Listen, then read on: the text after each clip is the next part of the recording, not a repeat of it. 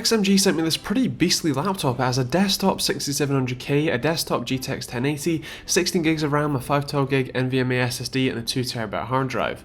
Now on the back, as you can see, it's a very big sort of plastic design having the XMG logo on there, and on the back you see the power in as well as HDMI 2.0 and DisplayPort 1.4's out. That's two mini of those, and then you have a full suite of audio connections as well as two USB 3.1 ports and a Kensington lock on the right hand side, and on the left you have a USB Type-C port as well as a Thunderbolt 3 port, two more USB 3.1 ports with a charging port, an SD card reader and a full gigabit Ethernet jack.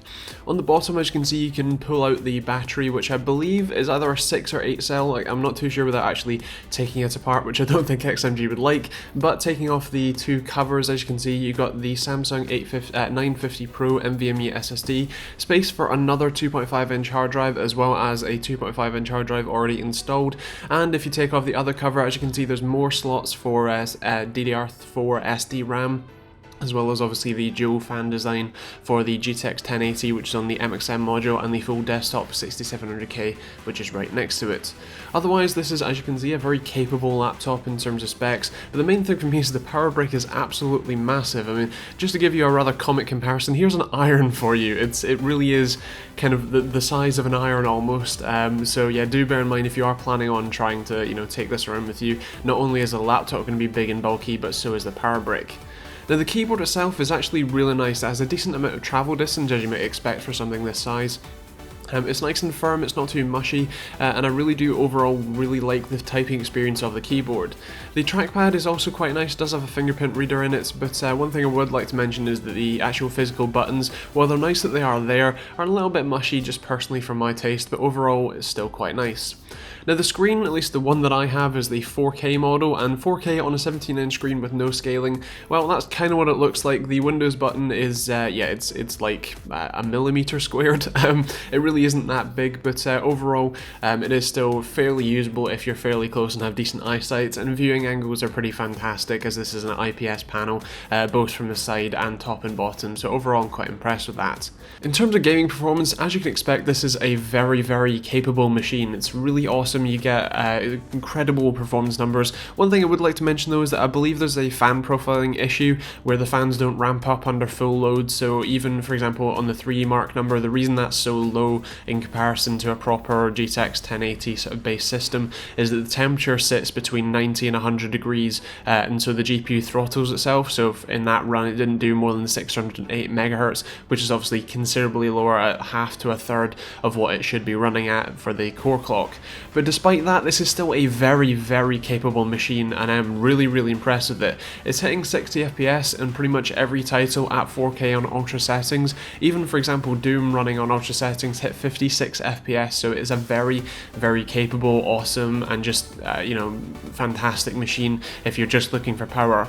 Obviously it's a very big machine and it draws a lot of power overall, and that power brick is very, very big, so it really isn't the most portable thing, but that's kind of the trade-off you make when you look at this much power in what is inherently a laptop or a portable machine. So I'm very impressed with it, and it's actually still pretty quiet as well, so that's pretty awesome. So I've got a few points on the laptop that I think I'd like to share, especially if you're planning on buying this. First of all, this really isn't much in the way of a practical laptop. It's more something that will stay on a desk and maybe be unplugged once a week or something, to maybe slightly move to the living room or something like that, as opposed to something that you could take around with you to college or school or uni or something like that. It's not something that would fit in a laptop, in a bag rather. It's very big and heavy and bulky, and the power brick itself is absolutely massive. As I said, it's somewhat similar to the size of an iron, so yeah, it's not that practical in terms of portability.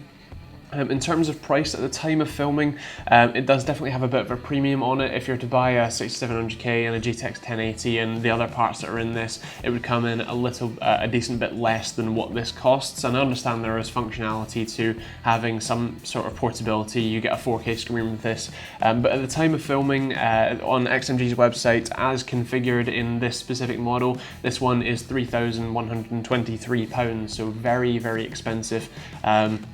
even in the kind of high-end gaming laptop area. And also I do want to mention that you can pick this up for £1,400 or £1,400, but that spec is a mobile i5 as well as a 1060, no SSD or hard drive, no operating system, and I think 8 gigs of RAM or something like that, so it's still very limited in what you can get for your money.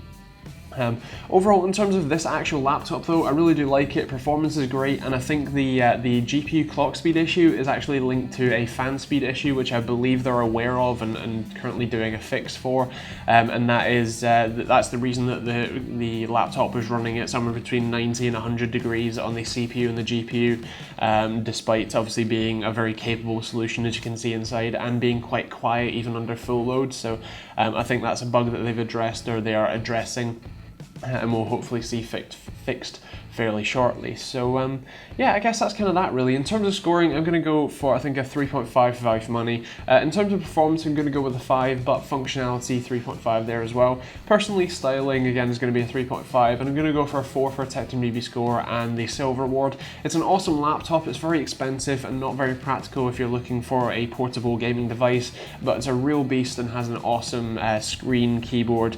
The mouse is quite nice as well. And when the cooling system is fixed, it's a nice cooling system as well, and it's actually easily upgradable. The graphics card is an MXM module, so that's all cool. So yeah, I guess that's kind of that really. If you enjoyed the video and found it useful, please do subscribe and leave a comment, and if you want to check this laptop out, I'll leave a link to probably XMG's website in the description down below. If you're planning on buying anything else though, please do use my Amazon affiliate links in the description down below. It genuinely does help me out, keeps the lights on, or at least the portable lights that are currently lighting the very dim room that I'm in. And yeah, other than that, if I said, if you enjoyed it, feel free to like and subscribe. If you didn't, feel free to dislike, but let me know why in the comments down below so that I can improve for next time and make these videos actually better for you. And yeah, other than that, follow us on Facebook and Twitter, and we'll see you on the next video.